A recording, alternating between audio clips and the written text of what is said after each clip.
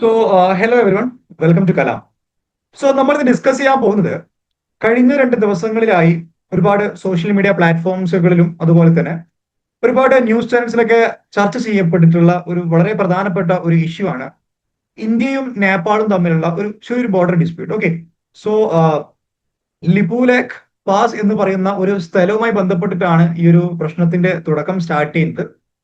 So ഈ ഒരു വിഷയവുമായി ബന്ധപ്പെട്ടിട്ടുള്ള ഒരു ഓവർവ്യൂ ആണ് നമ്മൾ ഇത് ഡിസ്കസ് ചെയ്യാൻ പോകുന്നത്. അപ്പൊ ഈ ഒരു പ്രശ്നത്തിന്റെ തുടക്കം, ഇതിന്റെ ഹിസ്റ്ററിക്കൽ പെർസ്പെക്റ്റീവ് എങ്ങനെയാണ്, സോ ഈ ഒരു ബോർഡർ ഡിസ്പ്യൂട്ടുമായി ബന്ധപ്പെട്ടിട്ട് ഇന്ത്യയുടെ നിലപാട് എന്താണ്, അതുപോലെ തന്നെ നേപ്പാളിന്റെയും അതുപോലെ തന്നെ ചൈന, ബിക്കോസ് ഈ മൂന്ന് സ്ഥലങ്ങളിലെയും കൃത്യമായിട്ട് ഒരു സെന്റർ പോയിന്റ് ആയിട്ട് വരുന്ന ഒരു സ്ഥലമാണ് ഈ പറയുന്ന ലിപുലേഖ് പാസ് എന്ന് പറയുന്നത്. അതുകൊണ്ട് തന്നെ ഈ മൂന്ന് രാജ്യങ്ങളുടെയും ഈ ഒരു വിഷയത്തിന്റെ മുകളിലുള്ള കൃത്യമായിട്ടുള്ള നിലപാട് എന്താണ് എന്നുള്ള വിഷയങ്ങളൊക്കെയാണ് നമ്മൾ ഇന്ന് ഡിസ്കസ് ചെയ്യാൻ പോകുന്നത്. അപ്പൊ ഈ ഒരു വിഷയം ഡീറ്റെയിൽ ആയിട്ട് നമ്മൾ അനലൈസ് ചെയ്യുന്നതിന് മുന്നേ തന്നെ പെട്ടെന്ന് എന്താണ് ഈ ഒരു ബോർഡർ ഡിസ്പ്യൂട്ട് കൂടുതൽ ചർച്ചകൾക്കായിട്ട് മുന്നോട്ട് വന്നത് എന്ന് വെച്ച് കഴിഞ്ഞാല്, റീസെന്റ് ആയിട്ട് ഇന്ത്യ എല്ലാ വർഷവും ജൂൺ മുതൽ സെപ്റ്റംബർ വരെ നടക്കാറുള്ള കൈലാഷ് മാനസരോവർ യാത്ര എന്ന് പറയുന്ന ഒരു സ്പിരിച്വൽ യാത്രയുമായി ബന്ധപ്പെട്ടിട്ടുള്ള അതിന്റെ ആപ്ലിക്കേഷൻ ഓപ്പൺ ചെയ്തു. ആളുകൾക്ക് ആ ഒരു മിനിസ്ട്രി ഓഫ് എക്സ്റ്റേണൽ അഫയേഴ്സ് ആണ് കാര്യങ്ങൾ ഡീൽ ചെയ്യുന്നത്. അപ്പം അതുവഴി ആളുകൾക്ക് അതിൽ രജിസ്റ്റർ ചെയ്തുകൊണ്ട് ഈ ഒരു യാത്രയിൽ പങ്കാളികളാണ്. ഓക്കെ, അപ്പൊ ഈ യാത്ര എന്ന് പറയുന്നത് മൗണ്ട് കൈലാഷ് പർവ്വതം മുതൽ മാനസരോവർ ലേക്ക് വരെ പോകുന്ന ആ ഒരു യാത്രയാണ്. അപ്പൊ ഈ ഒരു യാത്രയുടെ പിന്നിൽ ഒരുപാട് ഐതിഹ്യങ്ങളും കാര്യങ്ങളൊക്കെ ഉണ്ട്.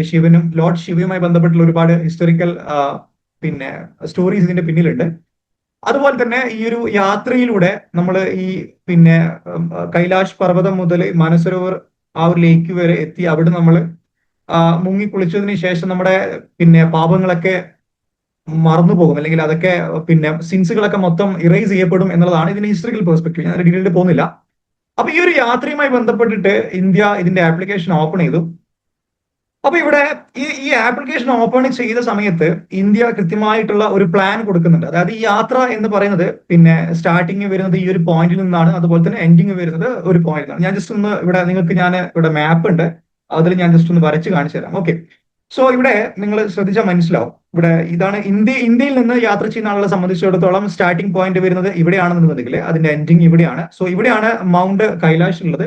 ഇതാണ് ലേക്ക് മാനസരോവർ എന്ന് പറയുന്നത്. ഓക്കെ, സോ ഈ റൈറ്റ് സൈഡിൽ കാണുന്ന ഈ ഒരു പേർപ്പിൾ ലൈൻ എന്ന് പറയുന്നത് അത് സിക്കിം വഴി വരുന്ന, അല്ലെങ്കിൽ ആ ഒരു സൈഡിലൂടെ വരുന്ന ടൂറിസ്റ്റുകൾക്ക് ഈ ഒരു റൂട്ട് വഴിയാണ് എന്ത് ചെയ്യുക, ഈ പറയുന്ന സ്ഥലങ്ങളിൽ അവർക്ക് എത്തിപ്പെടാൻ പറ്റും. ഓക്കെ, സോ നമ്മൾ ഈ ഒരു വിഷയം, ഈ ഒരു പ്രശ്നവുമായി ബന്ധപ്പെട്ട് കൺസേൺ അല്ല. നമുക്ക് ഈ എ ടു ബി ഈ ഒരു ട്രാവലിംഗ് റൂട്ടാണ് ഈ ഒരു ഡിസ്പ്യൂട്ടിന്റെ പ്രധാനപ്പെട്ട ഒരു പ്രശ്നമായിട്ട് മാറിയിട്ടുള്ളത്. അപ്പം ഇവിടെ ഈ ഒരു map Indian ministry of external affairs ആണ് യാത്ര കോർഡിനേറ്റ് ചെയ്യുന്നത്. അവർ ഈ ഒരു മാപ്പ് പ്രപ്പോസ് ചെയ്ത സമയത്ത് നേപ്പാള് കൃത്യമായിട്ട് ഈ ഒരു മാപ്പിന്റെ വിഷയത്തിൽ അവരൊരു പ്രശ്നം മുന്നോട്ട് വെച്ചു. എന്താണെന്ന് വെച്ച് കഴിഞ്ഞാല്, നേപ്പാളിനെ സംബന്ധിച്ചിടത്തോളം അവര് പ്രപ്പോസ് ചെയ്തൊരു കാര്യം എന്താണെന്ന് വെച്ച് കഴിഞ്ഞാല്, ഇവിടെ ഈ ലിപുലേഖ് പാസ് എന്ന് പറയുന്ന ഈ ഒരു സ്പെസിഫിക് സ്ഥലം അത് നേപ്പാളിന്റെ ബോർഡർ എന്നാണ് അവര് ഇപ്പോ വളരെ കൃത്യമായിട്ട് അവർ മുന്നോട്ട് വെക്കുന്ന ഒരു പ്രപ്പോസൽ എന്ന് പറയുന്നത്, അല്ലെങ്കിൽ അവരുടെ ഒരു സ്റ്റേറ്റ് ചെയ്യുന്ന ഒരു പ്രധാനപ്പെട്ട ഒരു പ്രശ്നം.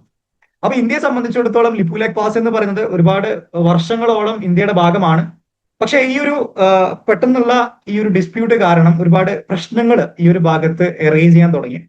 സോ ശരിക്കും ഈ ലിപുലേഖ് പാസ് എന്ന് പറയുന്നത് നേപ്പാളിന്റെ ഭാഗമാണോ അല്ലെങ്കിൽ അത് ഇന്ത്യയുടെ ഭാഗമാണോ എന്ന് നമ്മൾ അറിയാനും വേണ്ടിയിട്ട് കുറച്ചും കൂടി ഇതിനെപ്പറ്റി നമ്മൾ പഠിക്കുന്ന സമയത്ത് നമ്മൾ അവസാനം എത്തിപ്പെടുക ട്രീറ്റി ഓഫ് സുഗൌളി എന്ന് പറയുന്ന ഒരു പീസ് അഗ്രിമെന്റിലോട്ടാണ്. ഓക്കെ, അപ്പൊ എന്താണ് ഈ ട്രീറ്റി ഓഫ് സുഗൌളി?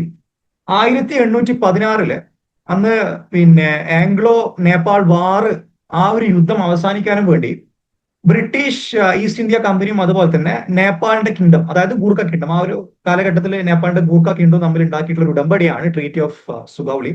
അപ്പൊ ഈ ട്രീറ്റി ഓഫ് സുഗൌളി പ്രകാരം നേപ്പാളിന്റെ വെസ്റ്റേൺ ബൗണ്ടറി, അതായത് നമ്മൾ മാപ്പിലേക്ക് നോക്കുന്ന സമയത്ത് ഇടത് ഭാഗത്ത് വരുന്ന അവരുടെ ബൗണ്ടറി എന്ന് പറയുന്നത് മഹാകാളി റിവർ വരെയാണ്. മഹാകാളി റിവർ വരെയാണ് ഈ പറയുന്ന നേപ്പാളിന്റെ ബൗണ്ടറി വരുന്നത്.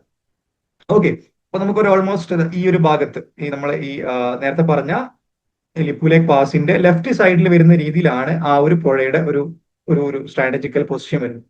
അപ്പൊ ഇങ്ങനെ വന്ന സമയത്ത് എന്താ പ്രശ്നം സംഭവിച്ചെന്ന് വെച്ച് കഴിഞ്ഞാൽ, അപ്പൊ ട്രീറ്റി ഓഫ് സഗൗളി പിന്നെ സുഗൗളി പ്രകാരമാണ് ഈ പറയുന്ന ലിപുലേഖ് പാസ് നമ്മുടെ ഭാഗമാണ് എന്നവർ പറയുന്ന സമയത്ത് ഇന്ത്യയെ സംബന്ധിച്ചിടത്തോളം അത് എന്താ പറയാ, ഒരുപാട് കാലാകാലങ്ങൾ, ഒരുപാട് വർഷങ്ങളോളം ഇന്ത്യയുടെ ഭാഗമായിട്ടുള്ള ഒരു സ്പെസിഫിക് ആയിട്ടുള്ള സ്ട്രാറ്റജിക്കൽ പോയിന്റ് ആണ് ഈ പറയുന്ന ലിപുലേഖ് പാസ് എന്ന് പറയുന്നത്.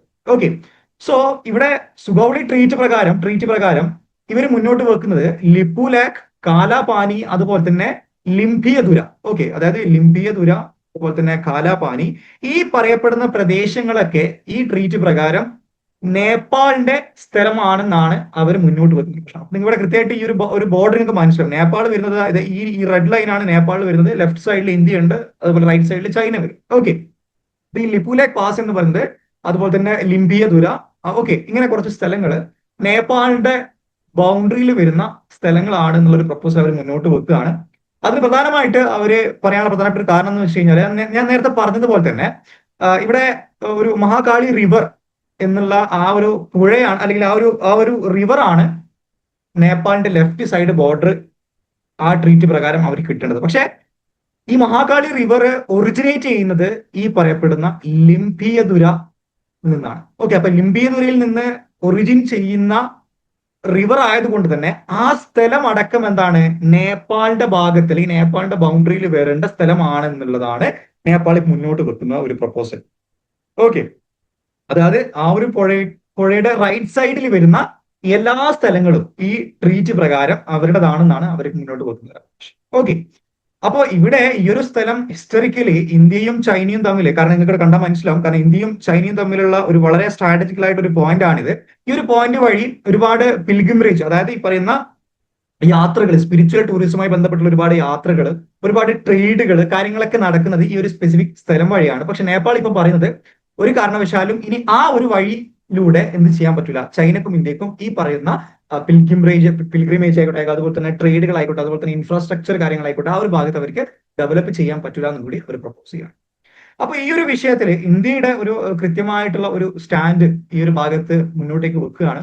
അതായത് ലിപുലേഖ് പാസ് എന്ന് പറയുന്നത് ഏകദേശം 1954 മുതൽ ഇന്ത്യ ഈ കൈലാഷ് മാനസരോവർ യാത്രക്ക് വേണ്ടി ഉപയോഗിക്കുന്ന ഒരു പ്രധാനപ്പെട്ട ഒരു പ്ലേസ് ആണ് ഈ പറയുന്ന ലിപുലേഖ് പാസ് എന്ന് പറയുന്നത്. അതായത് ഓൾറെഡി എസ്റ്റാബ്ലിഷ്ഡ് ആയിട്ടുള്ള, ഇന്ത്യയുമായി ബന്ധപ്പെട്ട് ചരിത്രപരമായിട്ട് എസ്റ്റാബ്ലിഷ്ഡ് ആയിട്ടുള്ള ഒരു സ്ഥലം ആയതുകൊണ്ട് തന്നെ യാതൊരു കാരണവശാലും കഴിഞ്ഞാലും ഈ ഒരു കറന്റ് സിനാരിയോയിൽ അങ്ങനെ ഒരു പ്രപ്പോസൽ വെക്കുന്നതിൽ യാതൊരുവിധ ഒരു ബേസിക് എന്താ പറയാ എസംഷൻ അല്ലെങ്കിൽ ബേസിക് നമുക്ക് എന്താ പറയാ ആ ഒരു വിഷയത്തിൽ ഒരു ആധികാരികത ഇല്ല എന്നുള്ള ഒരു രീതിയിലാണ് ഇന്ത്യ ആ ഒരു വിഷയത്തിനെതിരെ അല്ലെങ്കിൽ ആ ഒരു വിഷയത്തിന് പകരമായിട്ട് മുന്നോട്ട് വെച്ചിട്ടുള്ള ഒരു ഡിപ്ലോമാറ്റിക് സ്റ്റാൻഡ് എന്ന് പറയുന്നത്. ഓക്കെ, അതുപോലെ തന്നെ 1962 ശേഷം, അതായത് ഇന്ത്യ ചൈന വാറിന് ശേഷം ഇന്ത്യയെ സംബന്ധിച്ചിടത്തോളം അന്ന് പ്രധാനപ്പെട്ട ഒരു പോയിന്റ് ആണ് ഈ പറയുന്ന കാലാപാനി എന്ന് പറയുന്നത്. നമുക്ക് എല്ലാവർക്കും വളരെ സുപരിചിതമായിട്ട് ഒരു പേരാണ് കാലാപാനി എന്നുള്ളത്. അപ്പൊ ഇവിടെ ഒരുപാട് ബോർഡർ സെക്യൂരിറ്റി ഒക്കെ കൃത്യമായിട്ട് അവിടെ ഡിപ്ലോയ് ചെയ്തുകൊണ്ട് അന്ന് ഒരുപാട് കാര്യങ്ങൾ ഇന്ത്യയുടെ ഭാഗത്തു നിന്നുള്ള ഒരു സ്ട്രാറ്റജിക്കൽ പൊസിഷനിങ് നടത്തിയിട്ടുള്ളത് ഈ കാലാപാനി പോലുള്ള സ്ഥലങ്ങളിലാണ്. അത് ആ സമയത്തൊക്കെ ഇന്ത്യന്റെ കൺട്രോൾ ആയിരുന്നു പൂർണ്ണമായിട്ടുണ്ടായിരുന്നത്. അതുപോലെ തന്നെ ദർച്ചുല ലിപുലേഖ് റോഡ് എന്ന് പറയുന്ന പ്രധാനപ്പെട്ട ഇൻഫ്രാസ്ട്രക്ചർ ഡെവലപ്മെന്റ് ഒക്കെ ആ ഒരു ഭാഗത്ത് ഇന്ത്യ ഓൾറെഡി കൊണ്ടുവന്നിട്ടുള്ളതാണ്. ഇതിന്റെ പൂർണ്ണ അധികാരം ഇന്ത്യൻ അഡ്മിനിസ്ട്രേറ്റീവിന്റെ കീഴിലാണ് എന്നാണ് ഇന്ത്യ മുന്നോട്ട് വെക്കുന്ന ഒരു ഡിപ്ലോമാറ്റിക് സ്റ്റാൻഡ്. ഓക്കെ, അപ്പൊ ഇന്ത്യയെ സംബന്ധിച്ചിടത്തോളം ഈ സ്ഥലം എന്ന് പറയുന്നത് വളരെ പ്രധാനമായിട്ടുള്ള ഒരു സ്ഥലമാണ്. കാരണം ഈ ചൈന, നേപ്പാൾ, ഇന്ത്യ, ഇത് മൂന്നിനെയും കറക്റ്റ് ആയിട്ട് എന്താ പറയാ ഒരു ജംഗ്ഷൻ എന്ന് പറയാൻ പറ്റുന്ന ഒരു ഏരിയ ആണ് ഈ ലിപുലേഖ് പാസ് എന്ന് പറയുന്നത്. കാരണം അവിടുന്ന് നമുക്ക് ചൈനയിലോട്ടും അതുപോലെ തന്നെ നേപ്പാളിലോട്ടും കൃത്യമായിട്ട് കൺട്രോൾ ഏരിയ ആണ്. അതുപോലെ തന്നെ ബോർഡർ ഒരു ജിയോഗ്രഫിക്കൽ ജിയോ പൊളിറ്റിക്സിന്റെ പെർസ്പെക്റ്റീവ് നമ്മൾ ചിന്തിച്ചു കഴിഞ്ഞാൽ ജിയോഗ്രഫി എന്ന് പറയുന്നത് വളരെ ഇമ്പോർട്ടന്റ് ആയിട്ടുള്ള ഒരു മാറ്റർ ആണ്. അതുകൊണ്ട് തന്നെ ആ ഒരു വിഷയവുമായി ബന്ധപ്പെട്ടിട്ട് ഇന്ത്യക്ക് വളരെ കൃത്യമായിട്ടുള്ള ഒരു ഡിപ്ലോമാറ്റിക് സ്റ്റാൻഡ് എടുക്കേണ്ട ഒരു സമയമാണ്. യാതൊരു കാരണവശാലും കഴിഞ്ഞാലും അത് അതിന്റെ ഒരു അഡ്മിനിസ്ട്രേഷനുമായി ബന്ധപ്പെട്ടിട്ട് ആ ഒരു സ്ഥലത്തിന്റെ പൂർണ്ണ അധികാരം ഇന്ത്യക്കാണ് എന്ന് പറയുന്ന രീതിയിലോട്ട് പിന്നെ കാര്യങ്ങൾ മാറേണ്ടതുണ്ട്. അതിൽ പിന്നെ നേപ്പാളിന്റെ ഭാഗത്തു നിന്നുള്ള വിഷയങ്ങളൊക്കെ അവര് തമ്മിൽ സംസാരിച്ചുകൊണ്ട് ഡിപ്ലോമാറ്റിക് ആയിട്ടുള്ള ഒരു ഡിസ്കഷൻ നടത്താനും വേണ്ടിയിട്ട് രണ്ട് രാജ്യങ്ങളും തയ്യാറാണ്. അപ്പൊ നമുക്കിനി ഫെർദർ ആയിട്ട് ഈ ഒരു വിഷയത്തിൽ എന്തൊക്കെ കാര്യങ്ങൾ നടക്കാന്നുള്ളത് ഡിസ്കഷനിലൂടെയൊക്കെ നമുക്ക് മനസ്സിലാകുന്നതാണ്. അപ്പൊ ഈ ഒരു പ്രശ്നങ്ങളൊക്കെ നടക്കുന്ന സമയത്ത് ചൈനയും ഡെഫിനറ്റ്ലി ഇതിന്റെ വളരെ അടുത്തുള്ള ഒരു നെയ്ബറാണ്. അപ്പം ചൈനയ്ക്ക് ഇതിന് പ്രധാനമായിട്ടുള്ള ഒരു ന്യൂട്രൽ പൊസിഷനാണ്. കാരണം ഇവിടെ ഒരു പാർട്ടിയും സപ്പോർട്ട് ചെയ്യാത്ത രീതിയിൽ അവിടെ ഒരു ന്യൂട്രൽ ആയിട്ടൊരു പൊസിഷൻ ചൈന കൃത്യമായിട്ട് അവിടെ കീപ്പ് ചെയ്യുന്നുണ്ട്. കാരണം ചൈനയും ഇന്ത്യയും ഈ 2015 ഒരു അഗ്രിമെന്റ് പ്രകാരം ഈ ലിപുലേഖ് എന്ന് പറയുന്നത് അവര് ട്രേഡിന് വേണ്ടിയിട്ടും അതുപോലെ തന്നെ പിൽഗ്രിമേജിന് വേണ്ടിയിട്ടൊക്കെ അവര് യൂസ് ചെയ്യാനും വേണ്ടിയിട്ടുള്ള ഒരു അഗ്രിമെന്റ് ഓൾറെഡി അവർക്ക് ഉണ്ടായിരുന്നു. പക്ഷെ നേപ്പാൾ ഇപ്പൊ എന്ത് ചെയ്യാണ്, ആ ഒരു അഗ്രിമെന്റിന് യാതൊരുവിധ എക്സിസ്റ്റൻസ് ഇല്ല, അല്ലെങ്കിൽ അത് യാതൊരു കാരണവശാലും അത് പ്രാക്ടിക്കലി പോസിബിൾ അല്ല. അത് നേപ്പാളുമായിട്ട് കൺസൾട്ട് ചെയ്തിട്ടില്ല. ആ ഒരു ട്രേഡ് അഗ്രിമെന്റുമായി ബന്ധപ്പെട്ട് ഈ സ്ഥലം യൂസ് ചെയ്യുന്നത് നേപ്പാളുമായിട്ട് കൺസൾട്ട് ചെയ്തിട്ടില്ല എന്നുള്ള പ്രശ്നങ്ങളൊക്കെ അവരിപ്പോ വീണ്ടും വീണ്ടും റൈസ് ചെയ്യാണ്. അപ്പോ ഈ ഒരു വിഷയവുമായി ബന്ധപ്പെട്ട് ഈ പറയുന്ന എല്ലാ രാജ്യങ്ങളും എന്താ പറയാ, ഈ ഒരു സ്ഥലവുമായിട്ട് കണക്ട് ആയിട്ടുള്ള കൺസേൺഡ് ആയിട്ടുള്ള രണ്ട് രാജ്യങ്ങൾ ഡിപ്ലോമാറ്റിക് ആയിട്ടുള്ള ഡിസ്കഷൻസ് ഈ ഒരു വിഷയത്തിൽ നടത്തിക്കൊണ്ട് ഈ ഒരു പ്രശ്നം പെട്ടെന്ന് പരിഹരിക്കുന്നതാണ് നമുക്ക് ലാസ്റ്റ് കിട്ടിയ ഒരു അപ്ഡേറ്റ് എന്ന് പറയുന്നത്. ഓക്കെ, അപ്പോൾ ഈ ബോർഡറുമായിട്ട് ബന്ധപ്പെട്ട വിഷയങ്ങൾ എന്ന് പറയുന്നത് ഞാൻ പിന്നെ നിങ്ങളെ ചരിത്രം എടുത്തു കഴിഞ്ഞാൽ ഈ ഇപ്പം മിഡിൽ ഈസ്റ്റിൽ പോവാണെന്നുണ്ടെങ്കിൽ സൈക്കസ് പിക്കോട്ട് അഗ്രിമെന്റ് ഉണ്ട്. അതായത് ഒട്ടുമിക്ക എല്ലാ ഈ കൊളോണിയൽ കാലഘട്ടത്തിന് ശേഷം അവർക്ക് ഈ പറയപ്പെടുന്ന യുദ്ധങ്ങളൊക്കെ അവസാനിപ്പിക്കാൻ വേണ്ടിയിട്ട് ആർട്ടിഫിഷ്യൽ ആയിട്ട് അങ്ങനെ ഒരുപാട് ബോർഡേഴ്സ് ക്രിയേറ്റ് ചെയ്യുക. അതുപോലെ തന്നെ ആ ഒരു ട്രീറ്റിയിൽ അവർക്ക് എന്താ പറയാ, അന്ന് ഭരിച്ചിരുന്ന ബ്രിട്ടൻസ് ആയിക്കോട്ടെ ഏത് ഫോറിനേഴ്സ് ആണെന്നുണ്ടെങ്കിലും അവർക്ക് അവരുടേതായ രീതിയിലുള്ള ഒരു ബോർഡർ വരച്ചുകൊണ്ട് അതിനെ ഒരു ആർട്ടിഫിഷ്യൽ ആയിട്ട് രാജ്യങ്ങളെ ക്രിയേറ്റ് ചെയ്യുന്ന ഒരു ഹിസ്റ്ററിക്കൽ എന്താ പറയാ, ആ ഒരു രീതി നമുക്ക് മിഡിൽ ഈസ്റ്റും അതുപോലെ തന്നെ പല പല രാജ്യങ്ങൾ എടുത്തു കഴിഞ്ഞാൽ മനസ്സിലാവും. ആ ഒരു പ്രശ്നം തന്നെയാണ് ഈ പറയപ്പെടുന്ന ഇന്ത്യ നേപ്പാളിന്റെ ആ ഒരു ബോർഡർ ഡിസ്പ്യൂട്ട് ഇപ്പൊ ഇവിടെ ഉണ്ടാകുന്ന പ്രധാനപ്പെട്ട ഒരു ഇഷ്യൂ എന്ന് പറയും. So that's all about today. So we'll see you on the next video. Till then, bye and thanks everyone.